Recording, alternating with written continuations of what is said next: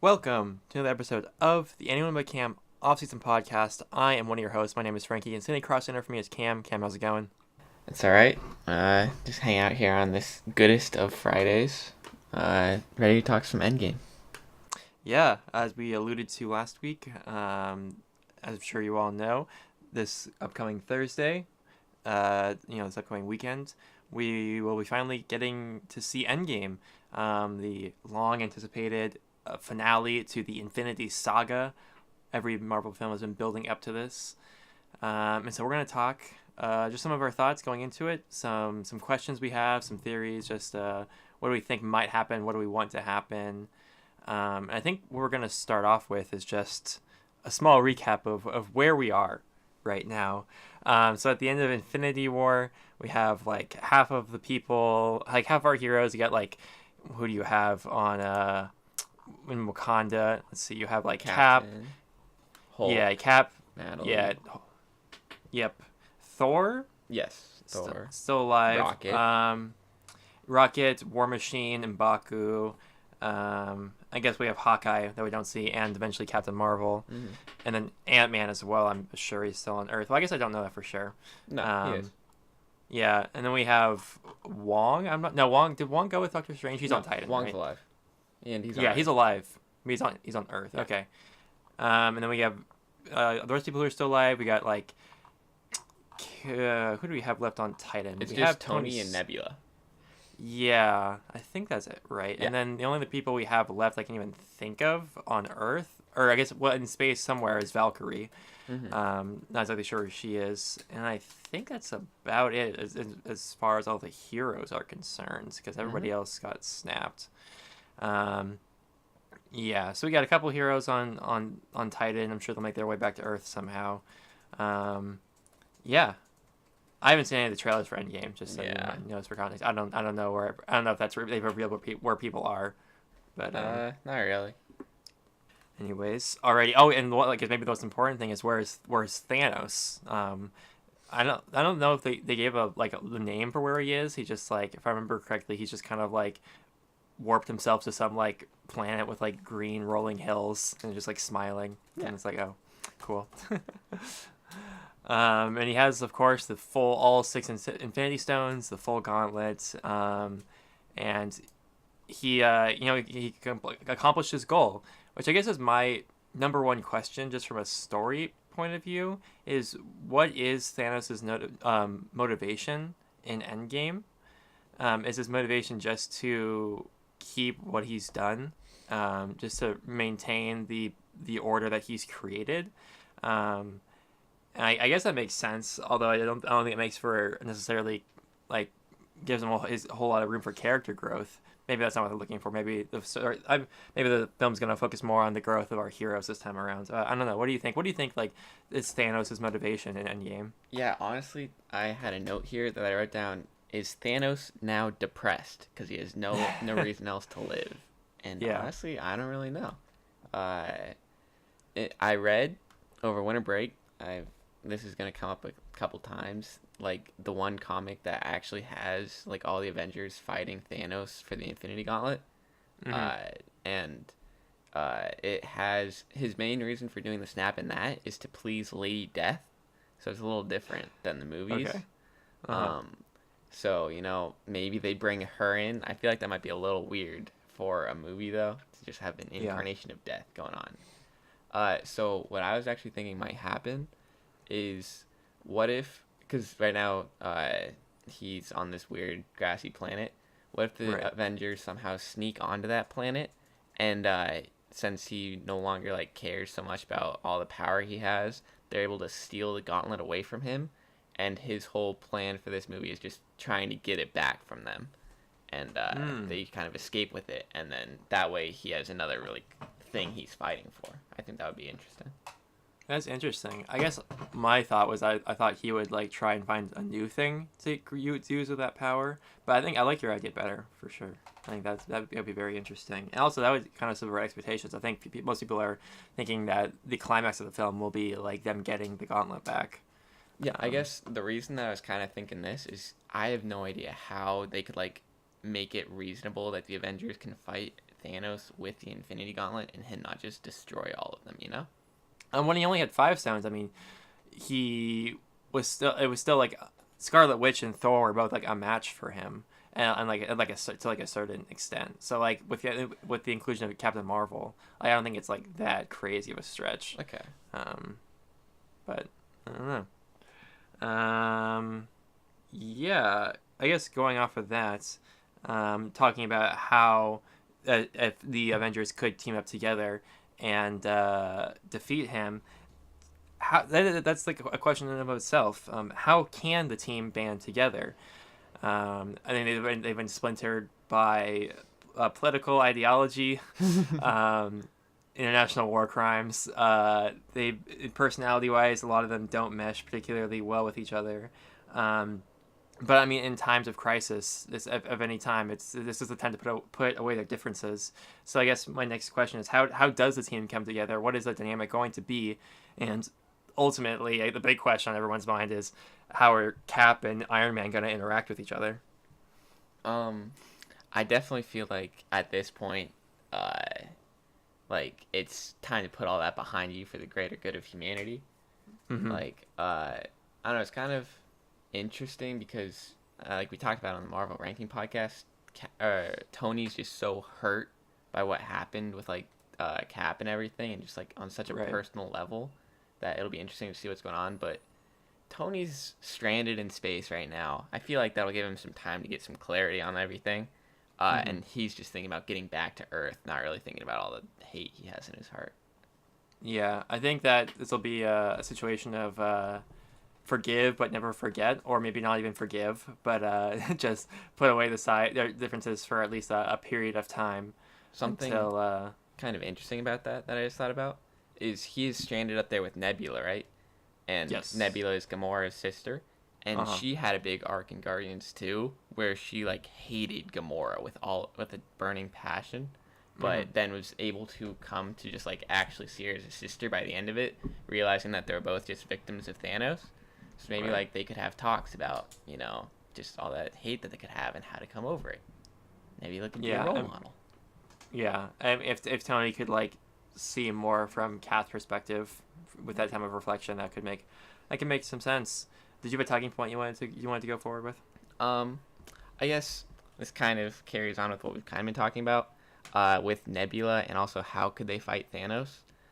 Because when I'm thinking like through the movies of who Thanos has hurt the most, just like throughout all the movies, it's definitely Nebula, because like every time that she wasn't able to beat Gamora, he took out a part of her body and replaced it with a robot. And he just killed her sister after torturing her to try and figure out where the Soul Stone was. Yeah.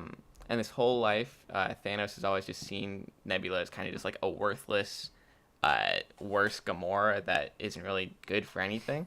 Right. And that was actually a big kind of thing in the comic that I read, was when Thanos had the gauntlet, he just kind of kept Nebula as a pet and like wouldn't actually let her like think or do anything like that. It was kind of just torturing her as a pet. It was really messed up. But when he was fighting all the Avengers, she was able to just sneak up on him and pull the gauntlet off of him because he just never thought anything of her. And I honestly think that could maybe be something similar happens in this movie, whereas he's so dismissive of Nebula and she is just so upset at him that she just doesn't care about anything except for getting that off his hands, and she like does it at her own sacrifice. Yeah, that would be very interesting. Yeah, I guess another thing of subverting expectation, because I feel like most of the casual people who just watch the film would think that it's going to be Tony to take the gauntlet back, just because he's been the leading force of the entire series up until now. But having it be Nebula, who's had this like, you know, I've preached my love for Guardians too. He's had like a great arc. And a more personal arc. Yes, you know, Tony obviously affected by the snap. I mean, like, it's half of the people he's ever known are gone, but that's, you know, this is Nebula's dad. and captor and torturer. That leaves a whole nother, and that could give more, I could leave some room for more character development with Thanos. If it was to go in that direction where like is eventually overcome by Nebula, that'd be like some crazy sweet revenge. Yeah. Another question I have for you. So, at least in the first movie, Thanos' goal was mostly like altruistic, right? Like he thinks he's doing right by the universe by Uh-huh. killing half the population because it'll save them from like overpopulation and all that. Do you think that he's gonna stay like that same kind of? I don't know if that's like neutral good or I don't know whatever alignment that would be. But like to where he's not just doing evil for evil's sake, or do you think he could maybe become more of like a supervillainy kind of guy in this movie? So we I actually think like truly rooting against him. I think you could qualify him as lawful evil. Okay. In the last film. I think he does continue that way. I don't think it'd be like him becoming remorseful. I think the whole like him as a sympathetic villain is something I really dislike. I don't think he is particularly sympathetic. Mm-hmm. Not that I dislike sympathetic villains. I just don't think he is particularly sympathetic, as a lot of people seem to think he is. Um, no, he'll stay. I don't think he's gonna like find the error in his ways. I don't think that's gonna happen. That'd be kind of lame, honestly. But Yeah. No. I think he stays as lawful evil. I kind of want him to just turn like more just true evil to where like Okay, yeah. yeah he's not doing this like he somehow becomes greedy with his power and like is more of just something that we can truly root against. But I don't know if that'll Yeah. happen. Like the power just like completely corrupts him. Mm-hmm. Yeah, that'd be cool. Do you have another question to talk about? Yeah, I guess. I mean, I have a couple here, but I guess I'll just go to this one. I've been thinking about. I think a lot of people are just assuming that once the Avengers get back the Infinity Gauntlet, that they'll be able to use the Time Stone to undo the snap, right? Mm-hmm. Or something like that. My question is, can the snap be undone? Not necessarily will it, but can it be undone? And I guess my question kind of stems from I was rewatching some scenes from Infinity War in the last few days, and I was rewatching, of course, at the end scene of the battle on Wakanda, and when the time zone is actually used, and like I don't know like the exact specifications of like the parameters of how of which the time stone can affect, but like when he does use the time stone, like Thanos is like he's like only using it on Vision because like Wanda's right there and she like watches him do the time zone. She isn't also like reversed through time. Mm-hmm. My question is like, is the time stone something that's just something that only affects like a certain thing that you like look at or like can like tangibly see, or is like within a certain area? Like, is the time stone powerful enough to just undo like just go back, I don't know, a week's time or however long the distance is between Infinity War and the end of Endgame, and undo everything? Is that even like a part of it? Like I'm not necessarily sure that it can have that. It does have that power. All right. So just thinking back to uh, Doctor Strange, where we were introduced to the Time Stone, there are three times I can think of him actually using it. The first one is when he's just learning how to use it, and he has an apple, and he like bites in it, and then uses the Time Stone to like take the bite out of it, and then go forward in time and like rots. So they're definitely just happening on one thing, kind of like the Right. Vision. Then he does Yep. it to a book to try and see a page that was torn out of it. So again, it's just one thing. Mm-hmm. And then the last one is when he's fighting Dormammu, right? Right. And there, I think he's just doing it on himself, right? Because he kind of like gets that bracelet, and then every time he dies, he just goes back to a certain time. Right. And it kind of seems like Dormammu has to keep doing it over and over, and it's not happening to him. It's just happening to Doctor Strange. So I feel like that actually supports what you're saying, like how it's every time we've seen it been used, it's just been on one thing. I mean, does that mean that Thanos himself would have to use the stone to undo it then? Well, like also Because who like could undo use the his stone? own snapping. Who could Yeah, use the stone I don't. in the group? I, Sorry. I mean, I'm not. I've never been a huge like Marvel team up comics guy, but I'm pretty sure like a couple of them have wielded the Infinity Gauntlets. Like I know Thor has at least at some point. Okay. But yeah, I'm not super well versed in that, so I'm not super sure. Yeah, the only one that we actually know could is Doctor Strange, and he's dead. So that'll be interesting. Right. Would you, if it is possible, would you want the snap to be undone? I mean, like, do I want all the people that were snapped to come back alive? Yeah, but do I want it to be done in a way to where they just like go back in time before the snap happened? I don't really think so. That feels kind of cheap to me, honestly. Yeah. I guess like another question, like just like the power of all the stones in the like the completed gauntlet, Mm-hmm. or like if it has the power to just eliminate half the population of the entire galaxy or whatever, like is that just because like is like I guess my question is the Infinity Gauntlet just a wish fulfillment thing where like it can just fulfill the wish and then like whoever's just wielding it can wish like, oh, I wish they'd all come back, and they'd all come back. I don't know. Kind of on the same path of everyone that's been snapped. A big like theory that's been going on since Infinity War came out is like all the souls are trapped in the Soul Stone, right? Mm. Do you think that that is something that they'll do in this movie?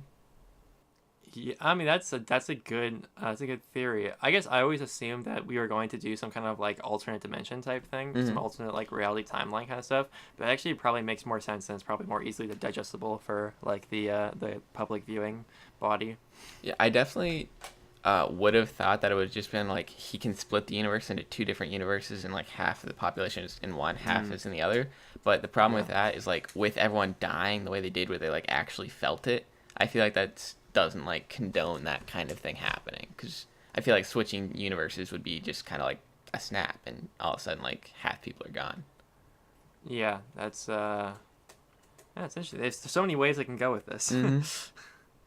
But Yeah, do you have another? I have a Oh, question. go ahead. Still with the Soul Stone thing. If you do think that the Soul Stone is Soul Stone, do you think that we might actually like go in there and see them in there? Do you think that would be something that they would be willing to do? Ooh, go. It's like a quantum realm type of thing Yeah. almost. Yeah, I mean, I hope you. I wonder like what if that is the direction they go. What would it be like inside? Is it like the inside of a Pokeball, or is it like, or is it like the quantum realm, where they're all just kind of like falling forever or whatever? Yeah. Like, I'm sure it's. I mean, unless they like it let it, like, maybe it's like both. They created like another like world inside the Soul Stone where they all live in that. I Yeah, I can don't know. kind of see that happening. That'd be real weird. I Yeah, just. I mean they Hmm. Marvel's been going the direct like cosmic Marvel through like the introduction of cosmic Marvel was like through the Guardians of the Galaxy and then been really ramped up with Doctor Strange Mm-hmm. and Captain Marvel. So I could see them going pretty wild with it. Uh. Oh, I had something, but I don't know if I got it still. Anyways, come back to me. um, yeah, okay. It just is a kind of a random question, just kind of diverting from what we're talking about. I've heard some people recently talking about Loki, and Loki coming back. I was reading some things about like he was using like a different hand, like he wasn't using his dominant hand during like the fight scenes or something silly like that. So people are thinking that might be an imposter. That might not have been the actual Loki. What do you have anything? There's any credence to that, or do you think Loki's gone? All right. Before you said imposter Loki, I was just like, no, no way he's alive, because like everyone in that ship was just like, dead and left in space. But Uh-huh. maybe if it was an imposter, it would make sense. But I don't think with his character arc in like Thor 3, where he was finally like working with his brother to defeat the sister and all that, that it would like end with him just faking out his brother and not actually leaving with him. Mm-hmm. And I don't know where the imposter like could have been hiding that wasn't on the ship, because like if he was on Asgard before it exploded, where would he go? Yeah, I don't know. Hmm. But yeah, I don't know. I think he's probably dead. I Yeah. think I'd be very. I think of like all the decisions to make, that would probably be the silliest to bring him back again for like the third time. Yeah, But that's true, right? 'Cause he died like every movie almost. pretty much, I'm pretty sure in the film itself, like Thanos says like to Loki like no more resurrections or something like that Uh too, just to really drive it home. Unless that's supposed to be like a misdirection type thing, but like I don't know about that. huh. Going back to when you're on the ship when Loki dies, I have another Yeah. question that we can think about. Uh, Hulk. Big thing in this movie. He just starts the movie just getting his, just beaten in by Thanos. Right. And literally can't leave Banner after that happens for the rest of the movie. Mm-hmm. How do you think that he can finally, like get it up again and stop having those performance issues? Yeah, how can Banner transform back into the Hulk? That's a good question. I guess I have to like think about where we left off in Ragnarok and then into Infinity War. So in Ragnarok, he like was stuck as Hulk for a while, Mm-hmm. if I'm remembering correctly. And have they been explicit about like why he can't transform? Uh, like there's one part where he's trying to, and then his face turns into the Hulk's face, and he's like, "No." It's like Hulk No, doesn't want to right? come out because after he got beaten, he's just like scared. Is what I'm thinking. Yeah, I guess you would have thought that like seeing Thanos Mm-hmm. could have like brought that out of him. Man, what could bring him out? I have no idea. I One mean, I think thing that I was thinking about, it's been set up ever since Avengers 2, where like Hulk and Black Widow have this kind of like connection thing going on. So maybe uh-huh. like if he sees Black Widow in some precarious situation, he could like finally, in order to save the woman, pull it out and save her. So it's like Avatar: The Last Airbender, where like Aang can never get into the Avatar state until he see Katara in Uh danger, huh. and he just Exactly. busts out immediately. Yeah. Yeah. Otherwise, I honestly have no idea like what could finally encourage him. Yeah, I can get surprised. I mean, like, I guess because I had we haven't really seen much of that romance subplot since Avengers 2. Mm-hmm. That was years ago. I kind of almost completely forgot about that, to be honest. But I think that'd be a good direction to go with it, as long as they can like show it like rekindling and like the time in between Infinity War and Endgame. Yeah. I was thinking maybe also like if one of the big Avengers does die, like in a fight scene, maybe he like sees that and just gets so angry that just like Super Hulk comes out. That would be pretty sweet. Yeah, that would be sweet. And one more thing about that. Do you Uh-huh. think if the Hulk is mad enough, he could stand up 1-to-1 with Thanos, maybe if he doesn't have the Infinity Gauntlet going on? I mean, if he doesn't have the gauntlet, then for sure. I mean, that's what we'd I say, but then at the beginning of the movie, he just got destroyed. Yeah, I get that, but he also had minions. I feel like in the wherever they're gonna fight, it's gonna be like an open field, and I think that kind of thing. Like, I mean, and all of like Thanos' minions have were killed on Wakanda. Mm-hmm. Um, yeah, I think he could definitely stand up 1-to-1. I'm not necessarily sure he would win by himself, but I think he could give him a good fight. Okay. Cool. Do you have any other points you want to go with? Uh, Maybe so. Like Marvel made a point to like bring Captain Marvel in for this second Avengers Infinity Yep. War movie. Why do Mm-hmm. you think that like she is important enough to bring in for this second movie, like as a character? Because I'm not sure they stand a chance without her. Like, do you just Uh, think she's like? Would you say that she's stronger than Thor?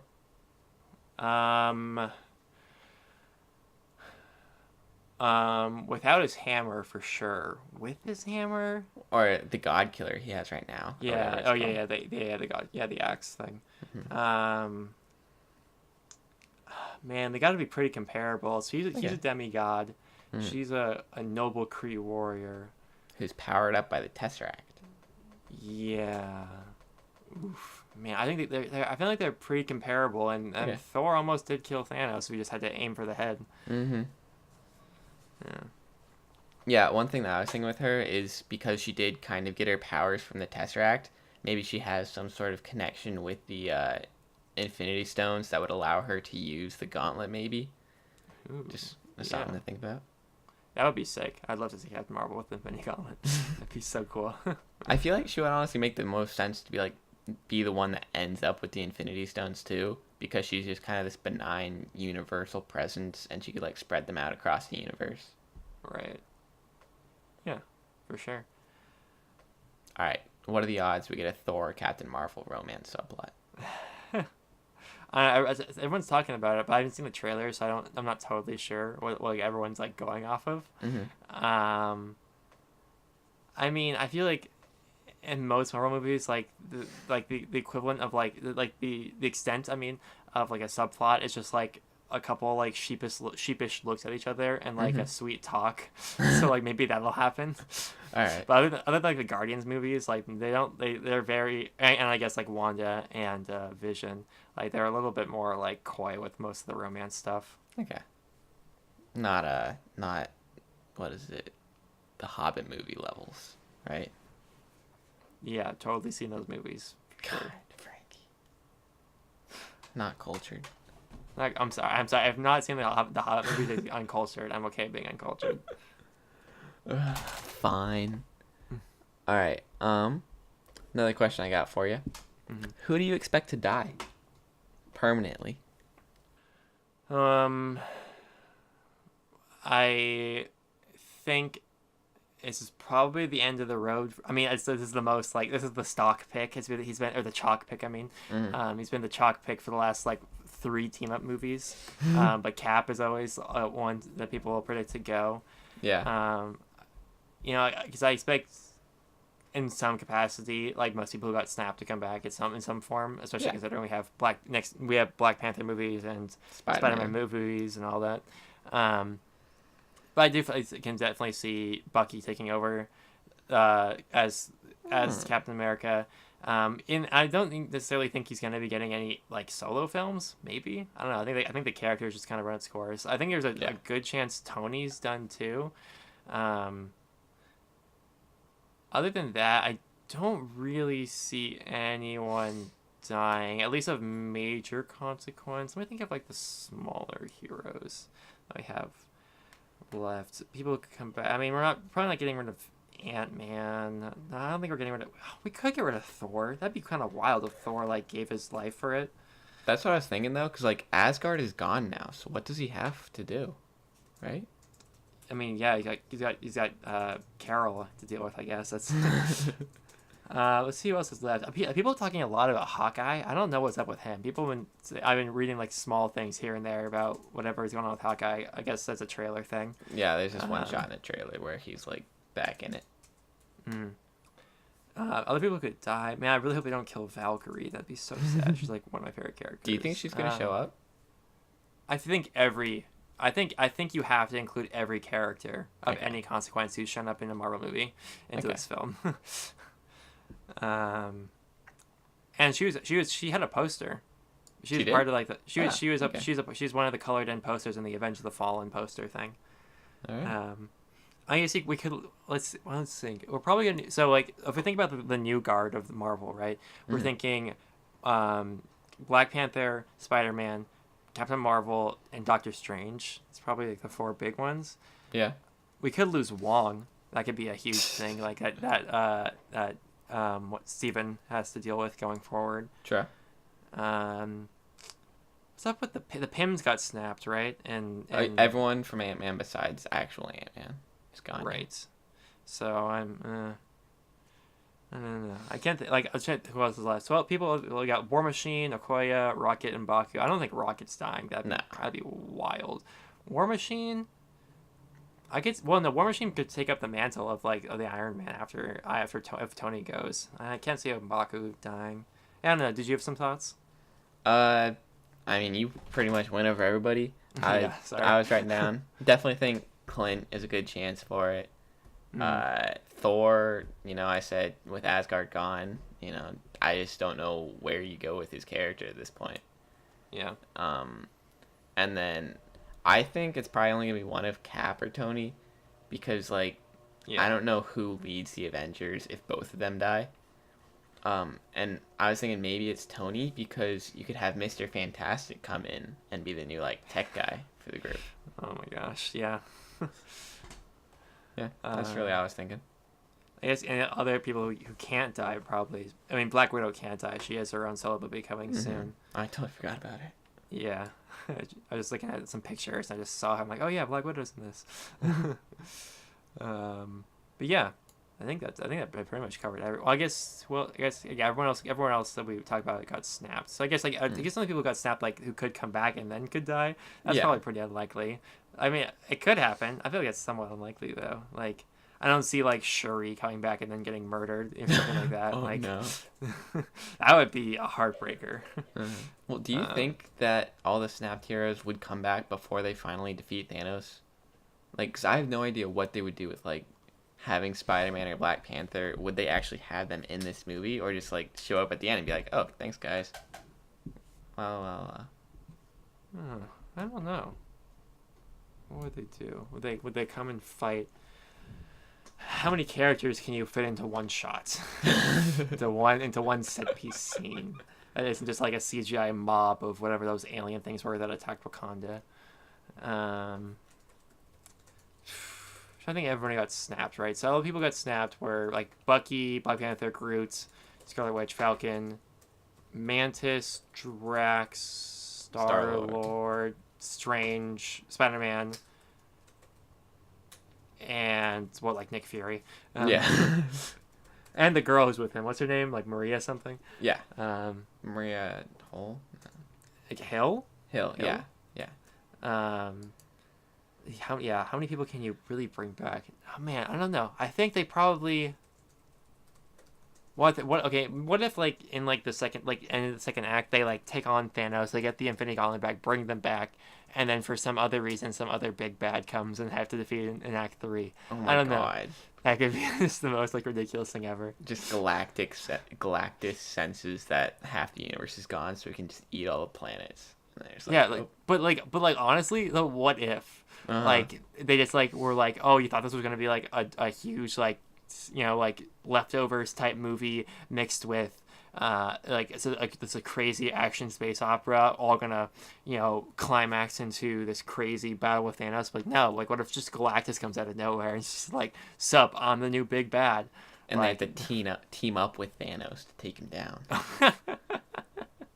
yeah, that would be that'd be some character growth right there for him. uh,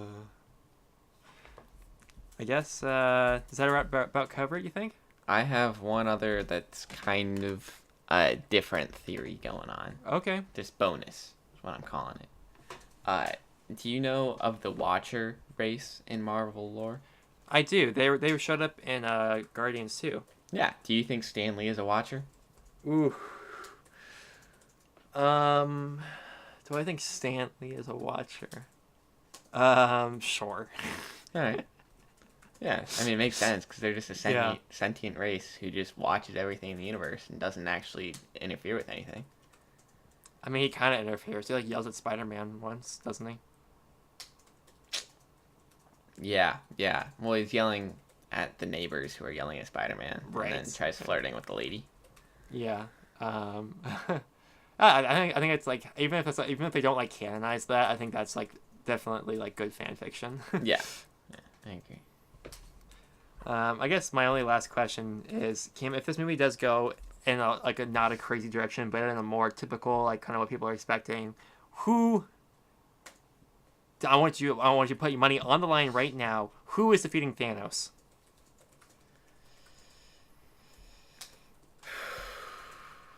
Like, who is the one that lands the final blow? Yes, who's the Thanos Slayer? I'm gonna go with my dark horse pick. Just person that feel in my gut and go with Nebula. Nebula. I think it's such a good pick. And it's something I would have never thought about if you hadn't brought it up. But it makes so much sense now that you do think about it. Uh-huh. I think I'm probably gonna go Captain Marvel. Okay. But at the same time, it could be one of Tony or Steve Rogers there. No Thor? I feel like Thor is definitely up there. So I don't know. I think Thor is a good candidate for giving his life for the battle. I don't know if him doing the finishing blow again Okay. in this movie makes the most sense. But anything could happen. Mhm. That's kind of what we've found out here today, Cam. Is that anything could happen. Yeah, we know nothing. Yeah, we know nothing. How many movies are we in? 20. It's like number like 23 or 24 or whatever, and we know nothing. Alrighty. Frankie, well, that was real quick. Oh, go ahead, How much money will this movie make? dude.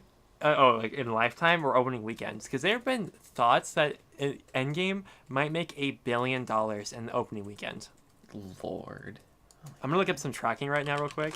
Okay. And I think that's definitely like a lofty projection. Mm-hmm.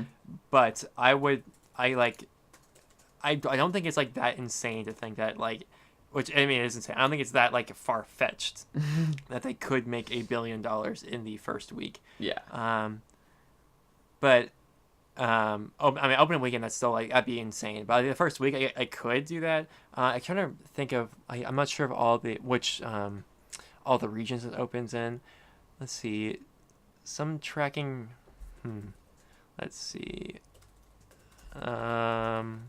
Okay, so looking like in America, it's tracking somewhere between 200 and 260 million, Mm-hmm. and it's already secure.